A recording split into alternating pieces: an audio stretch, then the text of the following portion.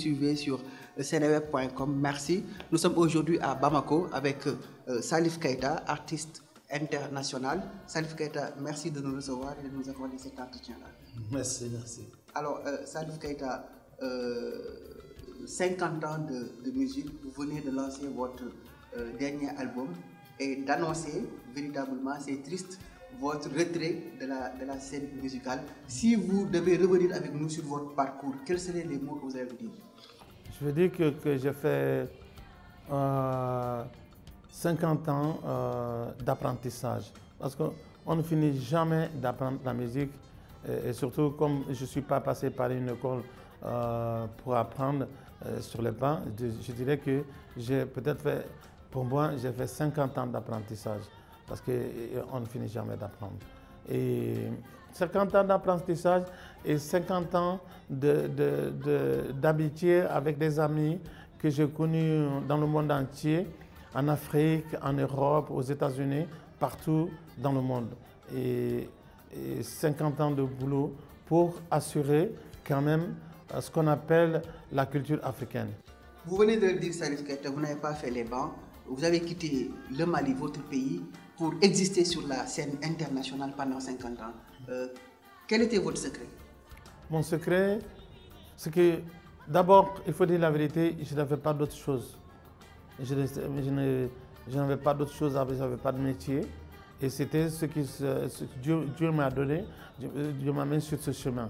C'était vraiment un don de Dieu pour ma vie, pour assurer ma vie. Mon secret aussi, c'était l'amour de la musique. Parce qu'il est difficile quand même de durer, de faire 50 ans dans un métier qu'on n'aime pas. J'ai aimé vraiment la musique parce que pour moi, c'était une arme de défense. Alors, durant votre parcours, vous avez toujours porté un combat et on vous félicite davantage là, véritablement pour ce combat-là. L'être humain est inviolable. Votre combat et votre engagement, devrais-je dire, envers les albinos, qu'est-ce qui sous-tend véritablement cet engagement-là? Qu'est-ce qui vous motive à vous engager, à défendre la cause des albinos? Je défends les albinos parce que moi-même, je suis albinos. Et j'ai beaucoup souffert de par les traditions, le fait que je sois différent, très différent, parce qu'il est quand même difficile de vivre dans un endroit où on a une couleur, quand tu as une couleur différente des autres. Donc j'ai beaucoup souffert avec ça. J'ai remarqué que les gens qui n'auront pas l'opportunité que Salif Keita a eue auront absolument besoin d'aide. Et c'est pourquoi je fais tout pour que la vie des albinos soit meilleure et pour qu'ils soient mieux garantis sur le plan sécuritaire. Vous lancez demain à Fana le premier forum international pour la protection des albinos. Qu'est-ce que vous pouvez nous dire par rapport à ce forum-là? C'était pour présenter des doléances au gouvernement pour un plan régional pour la sécurité et la santé des albinos. Donc ça s'est très bien passé. Demain, on va faire un concert à cause de l'assassinat de la petite Ramata Diarra qui a été sacrifiée pour dire aux gens que de nos jours, au XXIe siècle, c'est pas du tout bien vu de faire des sacrifices humains. Et pour dire plus jamais, plus jamais, plus jamais ça. Vous venez de le dire, il y a une jeune fille de 5 ans qui s'appelle Ramata Diarra qui a été assassinée. Pouvez-vous revenir sur les circonstances de son assassinat? Je crois que quelqu'un est venu prendre la petite à côté de sa maman, il a sauté par-dessus le mur, il est parti, il a assassiné la petite et il a ouvert son ventre et il a pris ce qu'il voulait prendre et il a démembré, il a pris ce qu'il voulait amener et puis il a laissé le reste et que les parents de la petite sont venus découvrir après. C'était odieux, c'était vraiment très très vilain, très vilain. Salif Keita, je vais un peu rester sur ce phénomène-là. Selon vous, de votre expérience, qu'est-ce qui pousse véritablement nos sociétés africaines à agir ainsi envers la communauté des albinos? Le diable. Parce que je ne peux pas appeler autrement que le diable. Parce que ça, ce n'est pas Dieu qui a dit ça. Ça, ce n'est pas Dieu, c'est des croyances, des fausses croyances méchantes qui rendent la vie difficile des albinos. Parce qu'on dit que les albinos ont des pouvoirs, ils sont des sorciers. Pour s'accaparer de leur pouvoir, il faut les assassiner, il faut les tuer. Voilà. Aujourd'hui, que suggérez-vous à nos États africains pour la protection des albinos? Quelles sont les solutions? Les solutions, c'est que tout le monde doit être albinos. Comment? Il faut défendre. Chaque fois que tu vois quelqu'un qui approche les albinos pour lui faire du mal, tu dois être là pour défendre, pour empêcher les gens, pour dénoncer ceux qui font ça. Tout le monde doit surveiller cette minorité discriminée et qui souffre des croyances traditionnelles c'est des gens qui ne croient pas en Dieu. Et tout le monde doit être là pour les défendre, pour les sécuriser. Alors, vous avez décidé de quitter la scène musicale, vous avez 70 ans, vous avez fait 50 ans dans la musique. Qu'allez-vous faire maintenant de ce qui vous reste? Je vais quitter la scène, je vais pas quitter la scène pratiquement. Je vais peut-être faire des concerts, je vais peut-être faire des morceaux, mais je ne ferai plus d'albums, c'est-à-dire rentrer en studio pour enregistrer 10 morceaux, 12 morceaux ou 15 morceaux pour faire un album. Parce que ça prend trop de temps, c'est fatigant et à mon âge, je ne me sens plus capable de le faire. Mais je vais faire des collaborations avec d'autres musiciens africains et d'ailleurs.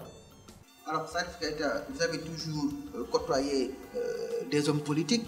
On se souvient de votre histoire, votre amitié avec le président Sékou Touré. Pouvez-vous nous revenir un peu brièvement sur votre relation avec le président Sékou Touré? En 1974, le président Sékou Touré est venu ici en visite. Et pour l'occasion, on a appelé les ambassadeurs pour animer une soirée pour lui.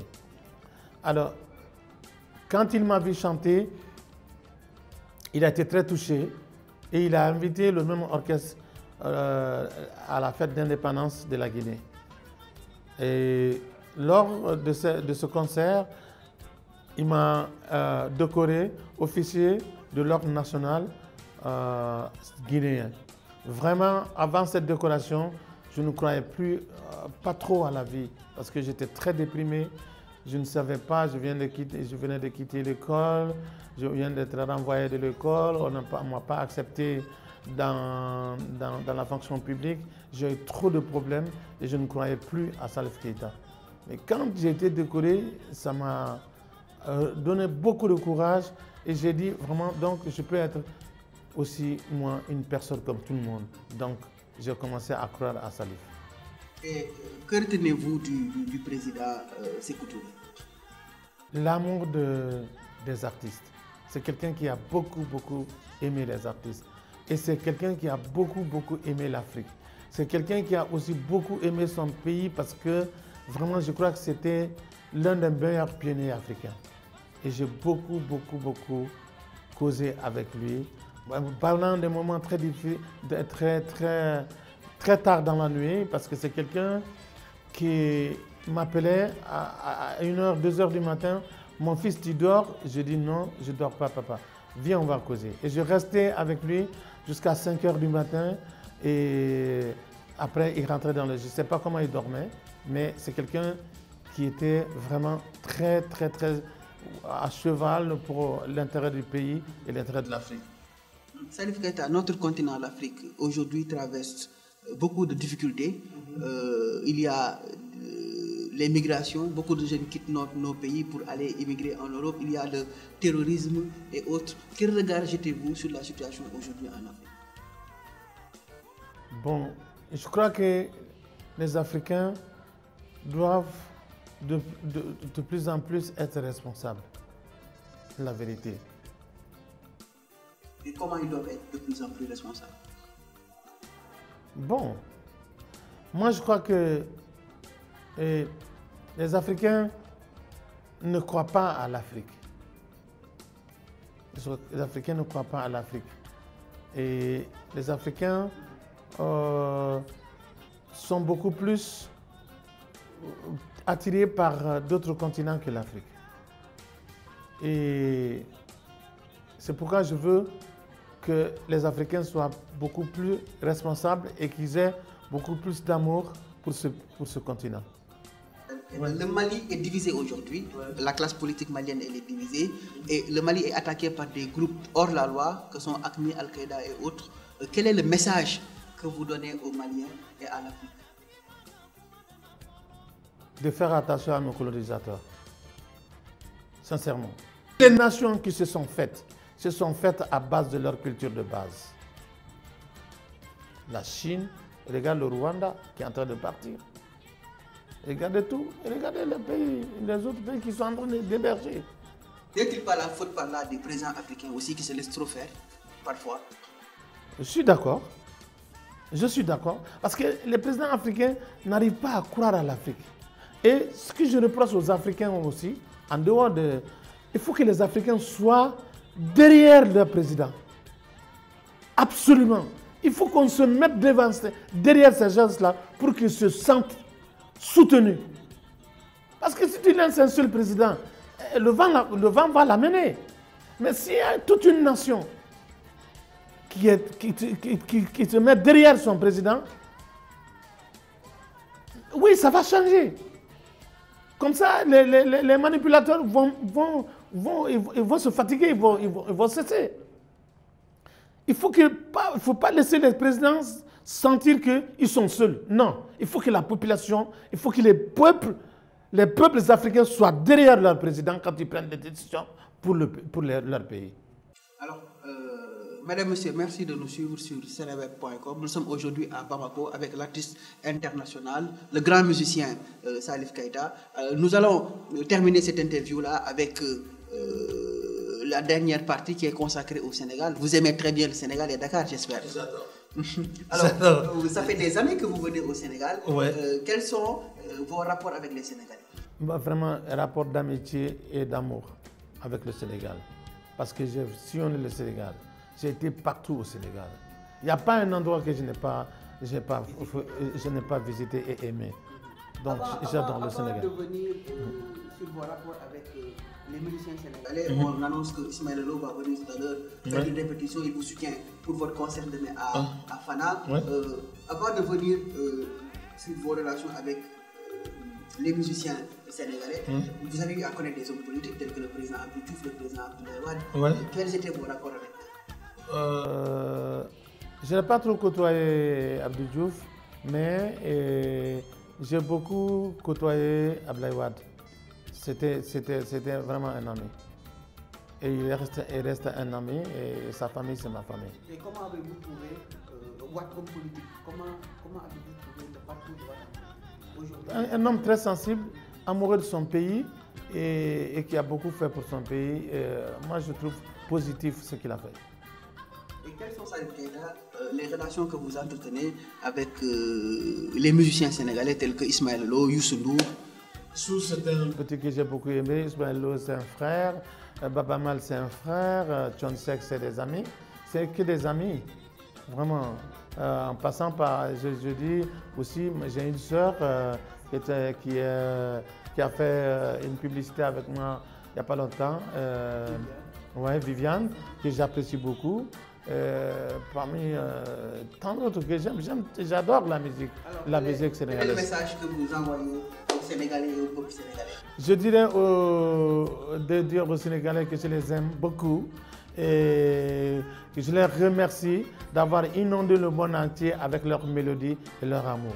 Mesdames et messieurs, c'était le grand entretien qui nous a été accordé depuis Bamako par le grand Salif Keïta, artiste musicien qui vient de boucler 50 ans de musique. 50 ans, c'est pas facile. Salif Keïta, je suis très honoré de venir ici à Bamako, dans votre complexe magnifique, culturel. En tout cas, vous êtes une fierté pour la jeunesse africaine et pour l'Afrique. C'est pour moi un honneur et un plaisir véritablement très grand de faire cette interview-là avec vous. Quant à moi, je me rends rendez-vous pour un autre numéro de ce grand entretien-là. Merci d'avoir suivi cette interview-là.